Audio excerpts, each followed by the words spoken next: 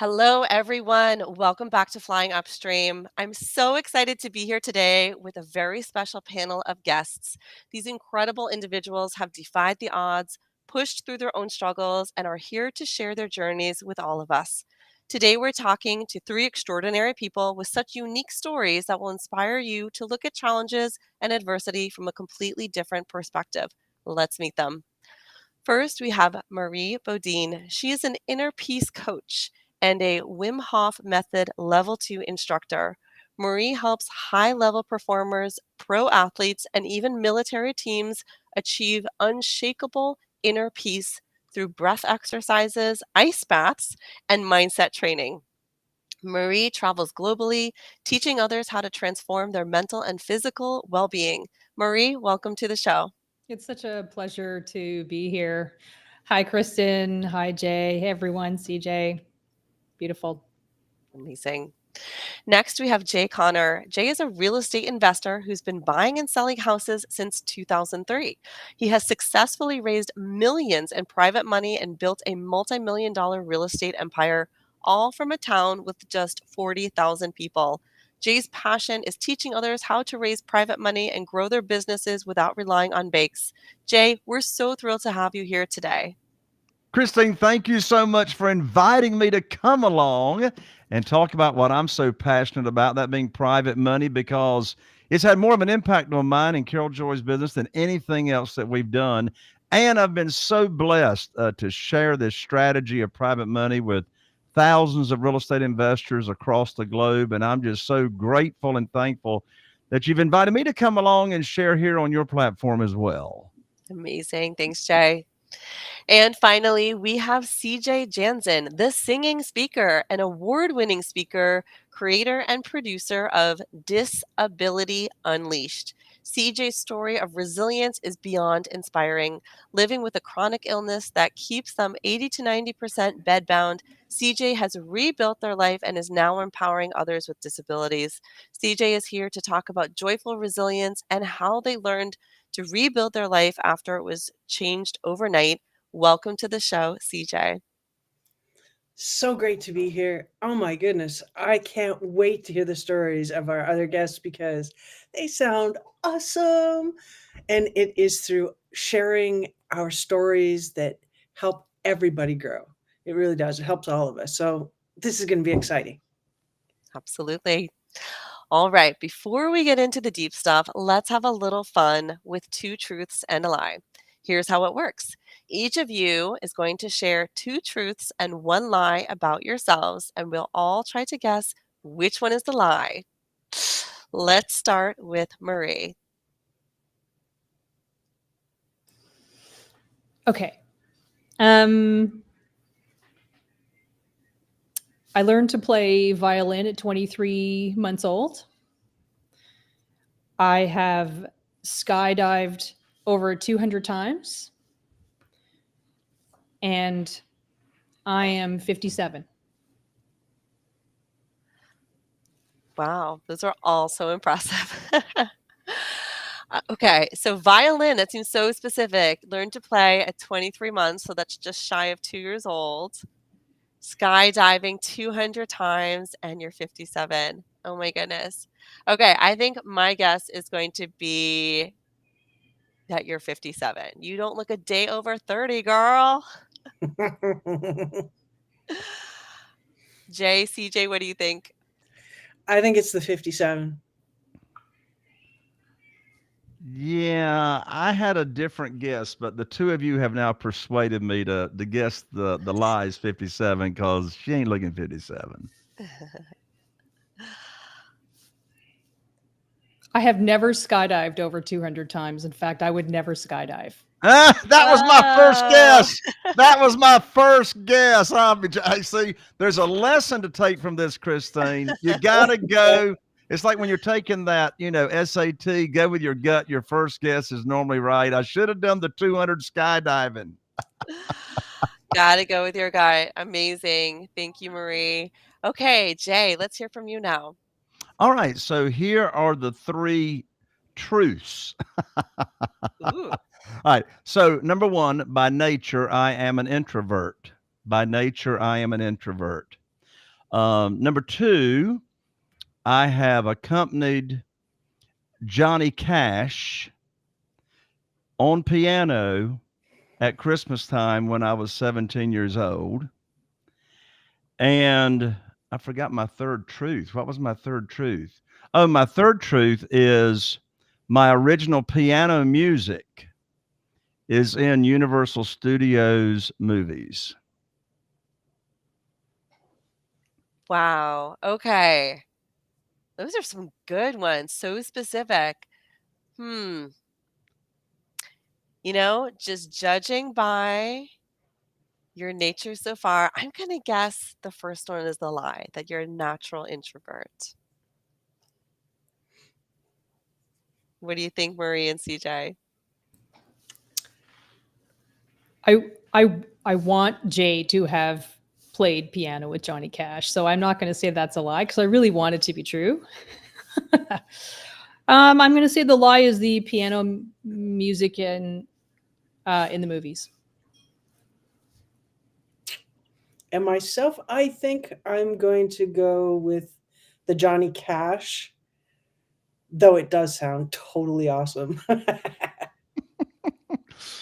Well, the lie is by nature, I'm an introvert.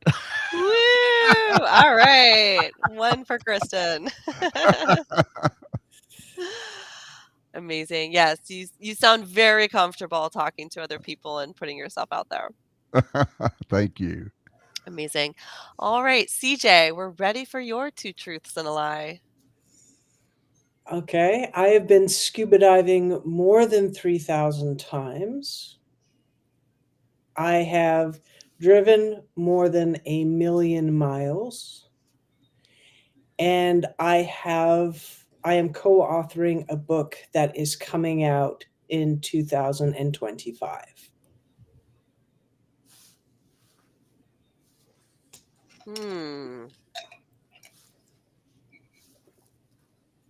Also great ones. I'm a little stumped on this one. I'm going to guess scuba diving because I don't know much about it, but I know it's pretty difficult and you have to, unless you live somewhere close to where you can do it, you have to travel to get there. So it can be difficult. My limited information about scuba diving. That's my guess. Am I next? What do you think, Jay? I didn't know if we were going in the same order again or not. So I'm going to guess the lie is have driven over 1,000,000 miles. Jay, I agree. I would love CJ to have scuba dived 3,000 times, and I think the 1,000,000 miles is not quite true. Well, the answer is I have driven over 1,000,000 miles. Woo! Between cars and driving an 18-wheeler for 10 years. Been there, done that. The truth is I have been scuba diving over 3,000 times. I'm a former master scuba instructor, and I used to dive 2 to 4 times a day in the tropics before I got sick. The lie is a smidge of a lie. The book is going to be coming out in 2026. Oh, not fair, not fair, not fair.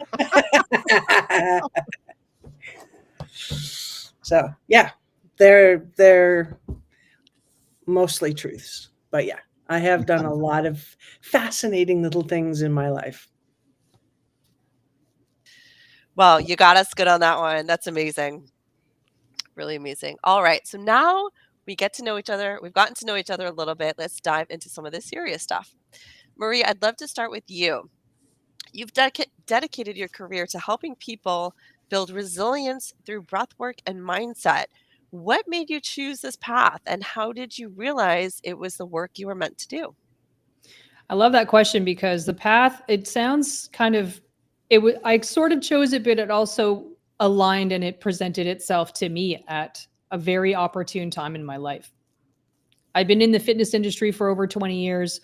And what kind of got me sort of curious, two things. I was outside, and well, as you know, I live in Canada, so it does get cold here in the wintertime. It gets really cold.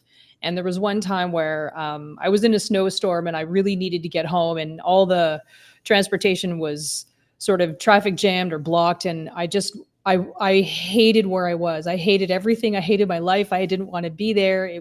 I was having a moment, and it was a self-induced moment of misery, anger, resentment, and pain, and incredible discomfort. And so through listening to someone present, a former drug dealer got shot 7 times, had nerve damage in his elbow, finally recuperated through cold exposure, and went on the Dave Asprey podcast, and then did a presentation. I happened to be at that talk, and then saw some science. And once I read the science, I just thought, oh snap, this thing could blow up.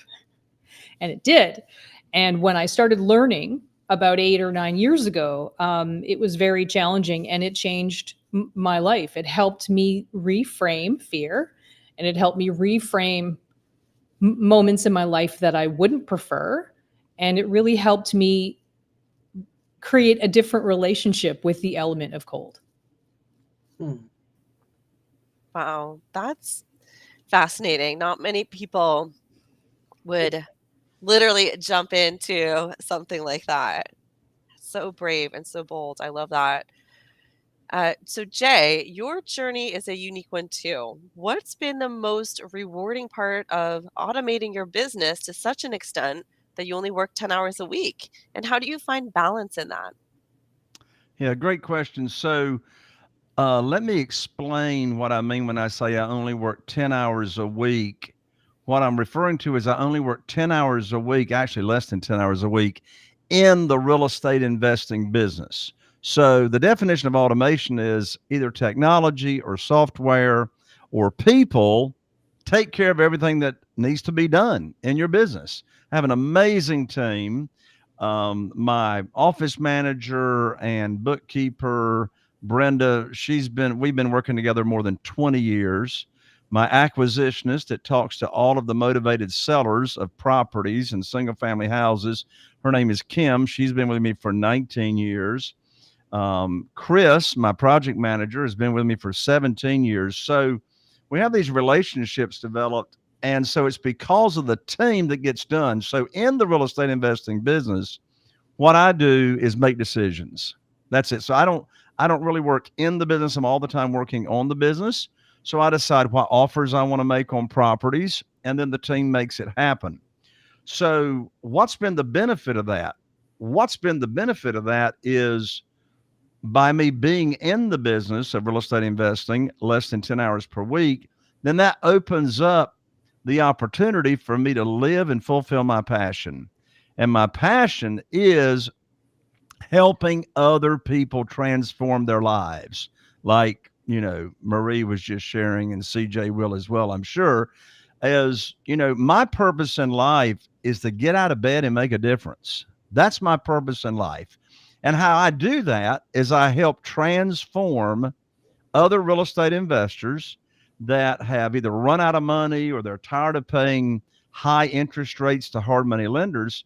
So I put on my teacher hat. That's what I am. My whole filter, my whole outlook on life is I'm a teacher. So I put on my teacher hat when I'm talking with people, which says private money teacher.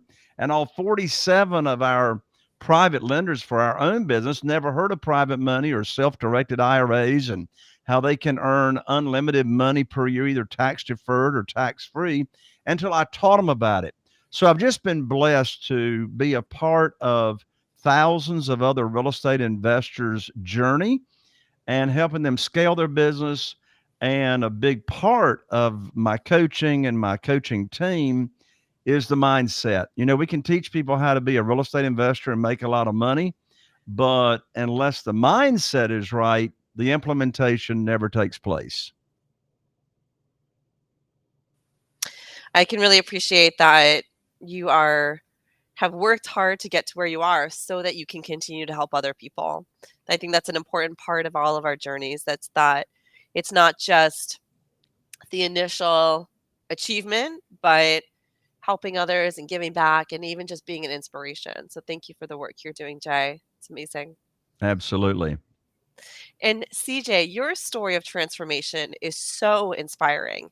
You had to completely rebuild your life after it was taken from you, yet you found resilience. Can you share what that process was like for you and how you found the strength to get through such a rough time?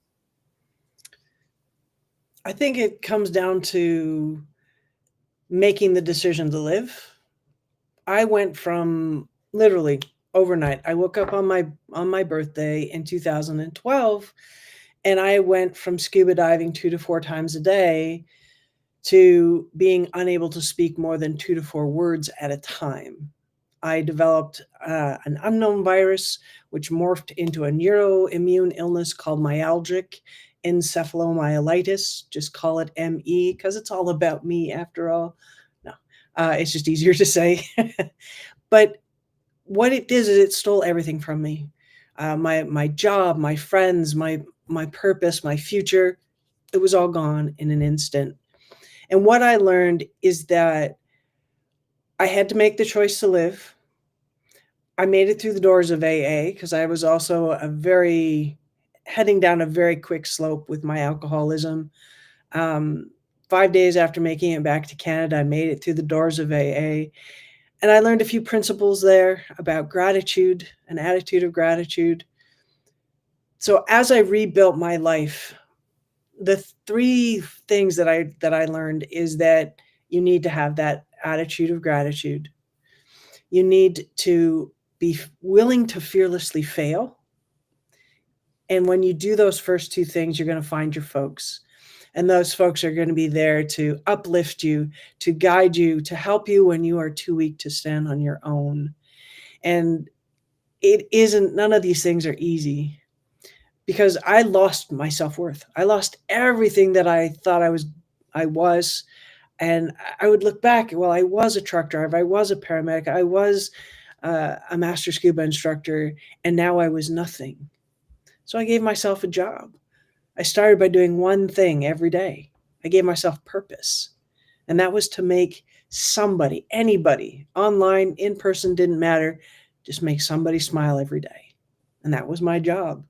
And I could imagine that winging around the world because for each person that we touch and bless with joy and happiness, you hope that they're going to spread it.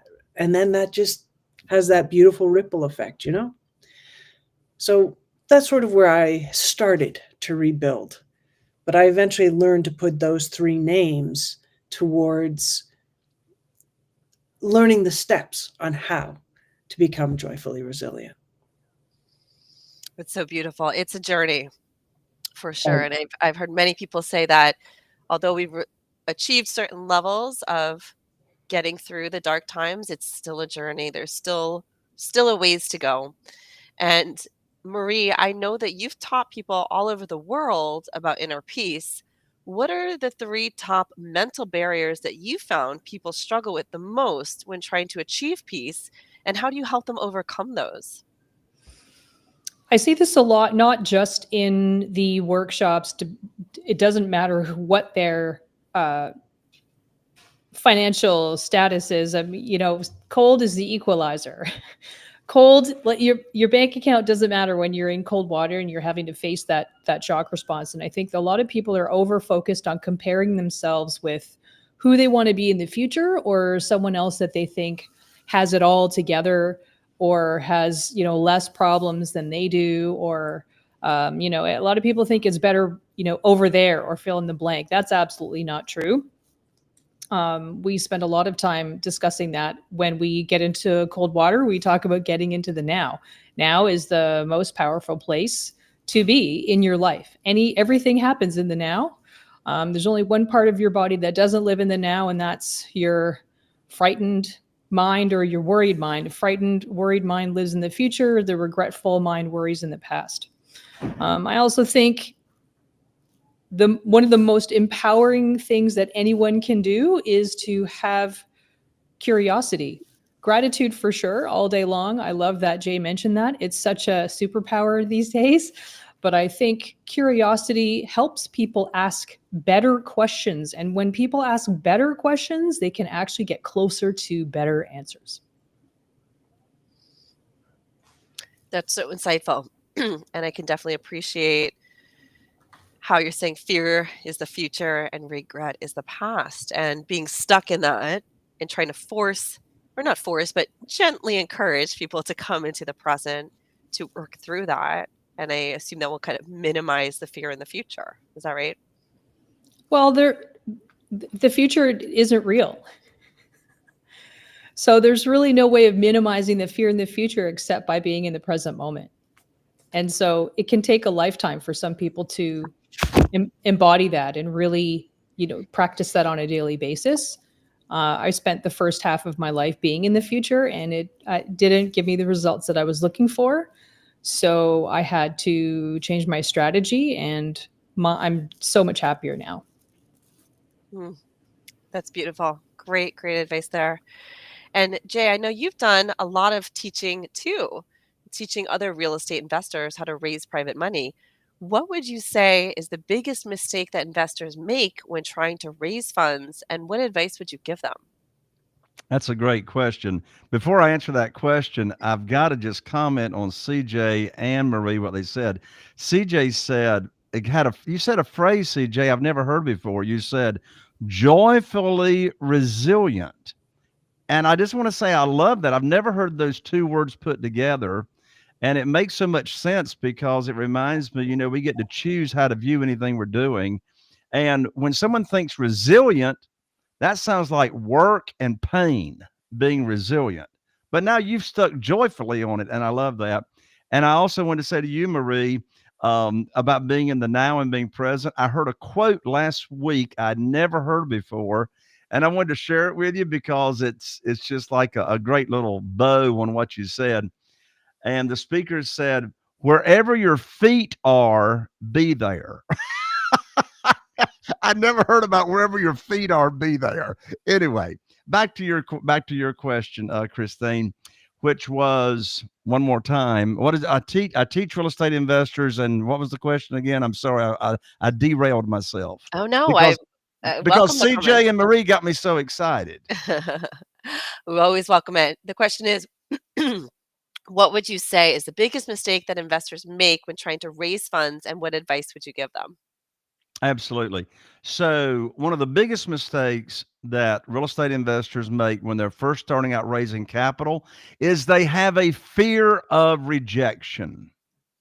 I hear it all the time. I say, I'm afraid they're not going to loan me money. I'm afraid they're not going to, loan me money for my real estate deals. The answer to that fear is another question. And the question is, how can you be fearful of rejection if you're not asking anybody for anything? So I practice and I teach all the time to lead with a servant's heart, to lead with the mentality of a teacher. And so I have 47 private lenders that fund my personal real estate deals. Not one of those personal private lenders or investors ever heard of private money and what it was about. And they never heard of self-directed IRAs and how people can use retirement funds to get unlimited money per year, either tax-free or tax-deferred income. So they never heard of those strategies in this world. And so when you're able to lead with teaching people about a subject that they don't know anything about, you can never be rejected if you're not asking anybody for anything. I love that. And that dovetails so nicely into what Marie just said about fear being in the future and being in the present. And as Marie, you said, the future is not real. It hasn't happened yet. Nobody knows what will happen exactly. And to your point, Jay, yeah, if you're not even asking, there's no point in being scared of being rejected. That's so beautiful. So do you find that when most people are able to get past this initial fear, that things will flow more smoothly? Absolutely. Because what they discover is what I discovered, and that is when you're teaching people about something they don't know about or an opportunity, what you're doing is you're actually serving them. And what I hear from my clients and my members of my community is when they get out there and they start teaching and start serving, those people that are investing in their real estate deals are now thanking them and now writing them handwritten notes saying, "Thank you for being a part of changing my financial future and changing my retirement years." So again, it all comes from a servant's heart, and teaching and leading and keeping the focus on this world is not about me. This world is about you and how I can make a difference in your life. Beautiful. Okay, and CJ, I want to transition back to your idea of disability unleashed. So, what does success look like for you when it comes to this project? And what's your vision of it for the future? Disability Unleashed didn't exist in June of this past year. I only found out about that July is Disability Pride Month, as in proud to be disabled. And I found out that it existed in the US since 1990, but didn't come to Canada until 2023. With that in mind, I looked at the internet and I went, oh, good, I'm going to get to speak. I'm going to get to sing. I'm going to get to volunteer or at least meet people that look like me. I'm 80 to 90% bedbound and in a wheelchair. I wanted to find my folks. And I went online and I found nothing. Zero, zip, zilch. So instead, I didn't realize it at that moment in time, but I had already made the choice to become the change that I wanted to see in the world. In July, I was on CBC radio and news, and I declared that, well, if nobody else is going to do it, I'm going to make something. I started researching, and I found a friend who ran a similar type of variety show because I was going to start small. Little did I know. And he connected me with a group called, the name escapes me. My brain is a little bit tired, but Pat the Dog Theater Creations got there eventually. And they came to me and said, we love this idea. We have a venue. We have a budget. Can you do this December 7th? Wait, what? This was September 8th. I had 3 months to try to put a show together, and I did. I put on a creator hat, a producer hat. I put on the MC hat. I actually wore this on stage. I put on my MC hat. I even performed in the show. I had to find people. I had to audition people. I was on two different television shows, 2 radio shows, in the newspaper. I did all of these things, all while still being 80 to 90% bedbound. And bonus, the week of the show, I got COVID. I didn't know it at the time, but nonetheless, what my goal is I'm trying to find funding, Jay. I'm trying to find friends, some sponsors to try to put on another show this coming July. But my vision for the show isn't just a 2-hour show. I want to make an entire festival, at least one day. I'd prefer 2.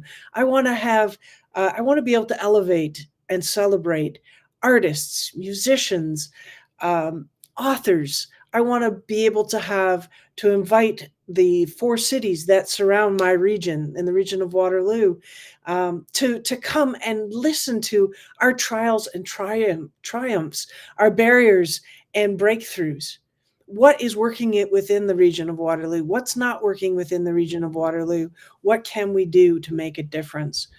And I want to invite vendors who are going to show their products, because there's so many amazing, cool assistive devices that exist that most people don't know about or don't have access to ever see, touch, hold, and go, oh, yes, this would be perfect for me. This works for seniors. This works for people who have physical limitations, mental limitations, whatever it is. We can break through a lot of these barriers. In a time where there's a lot of disability equity and inclusion is now becoming a curse word, unfortunately. I want to try to bring it back to the forefront and say, things that were developed, like texting, were for people with verbal communication difficulties. What we build today can make such an impact for you tomorrow, because people with disabilities. Disability is the largest minority in the world. It affects over 1 billion people, and it's the only minority that anyone can join at any time. So what we do now might affect your future, right? Absolutely. And CJ, I would be remiss if I didn't ask you to give us a sampling of you singing, because you are known as a singing speaker. So why don't you give us a little bit of some singing here? Okay, so this is a piece of music that I would use for my keynote speaking when I talk about joyful resilience. And I rise up high like the day, and I'll rise up, I'll rise unafraid, I'll rise up, and I'll do it 1,000 times again. And I'll rise up high like the waves, and I'll rise up in spite of the ache. I'll rise up, and I'll do it 1,000 times again. For you, for everyone out there, because that's why we are here today, to learn to become joyfully resilient. That was beautiful. Thank you for sharing that, CJ. Absolutely love that. Amazing. Oh my goodness. Okay, as we near the end of today's conversation, I'd love to hear from each of you on something that has really stuck with you, either a motto, quote, or philosophy that keeps you going when times get tough. Let's start with you, Marie. I think Jay mentioned it too, and I know that CJ mentioned it in many different ways. I think the most successful people, and what I've also learned through my many years of different experiences and going through some very challenging times, is that to be comfortable with failing quickly and often. And I think when we start making intelligent, mistakes, that's the growth. That's the growth sauce that I think everyone here in this panel really knows well. And I think the more that we can, suffer intelligently, it will give us ingredients that a lot of people that lead with fear just won't even understand how to get to, because there's just too many blocks. And I think that the more that we put ourselves into uncomfortable, challenging positions, I think the more that we can evolve as humans, as individuals, which will give us more compassion for everyone else around us, which means that we'll be fighting less with other people and we'll have less internal conflict as well. I love that. Definitely one to write on my sticky note and stick it on my computer. It's beautiful. Jay, what's a motto or quote that you live by? I love what Marie just said. It reminds me, I was so blessed for the very first time ever to hear the best speaker I've ever heard in my life. And I've heard a lot of speakers, and you all know him, John Maxwell. And I heard him speak a few months ago. And when it came to Q&A time, an audience member asked John, said, what's the one thing that has, really led to you being so successful? And he says, I just fail more than anybody else does. And they didn't understand the answer. And then he went on to explain, he just tries more stuff. He says, he says, on average, you may only succeed at 30% of what you do, really, really well, and fail at 70%. He says, so most people might only try 10 new things and succeed at, 3 of them. He says, I'll try 100 things and I'll still fail 70% of the time, but I got 30 wins and not 3 wins. He just fails more than anybody else. But my answer, so I love that, Marie. My answer would be, so I grew up, and this is true, I grew up as having the mindset of a people pleaser. I felt like I had to please everybody else. And if they didn't like me or they weren't happy with me, then it just crushed me. And I just couldn't figure out why in the world.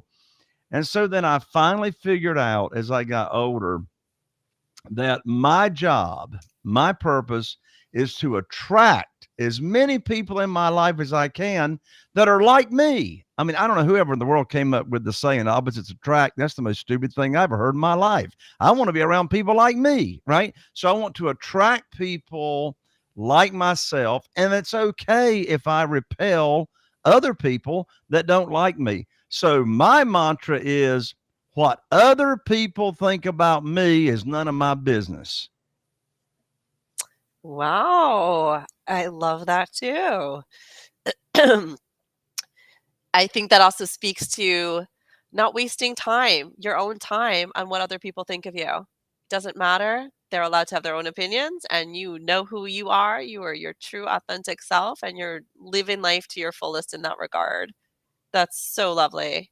Really like that one. Thank you. And CJ, what's your quote or motto that you live by?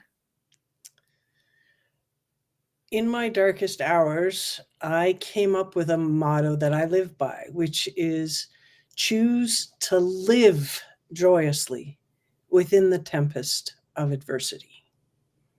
And that is something I go to every day when I'm having a bad day, when I'm having those days where I wish I was on a ventilator because I'm so exhausted, breathing no longer feels automatic. I just think to myself, choose to live joyously within the tempest of adversity in what we call life. That's so beautiful. I love that. Taking every minute of the day and finding beauty in it, not taking anything for granted. And I like how you phrase that it's a choice that we do. It is a choice. And you're right. We can make that choice of how we want to think about our lives and the world and everything around us. Beautiful. Wow, what a powerful conversation with each of you that we've had today.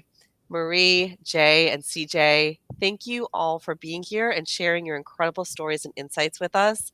I know our audience is going to walk away feeling inspired, motivated, and ready to face their own challenges with resilience. If you're listening and you want to connect with our amazing guests, be sure to check out the links in the show notes.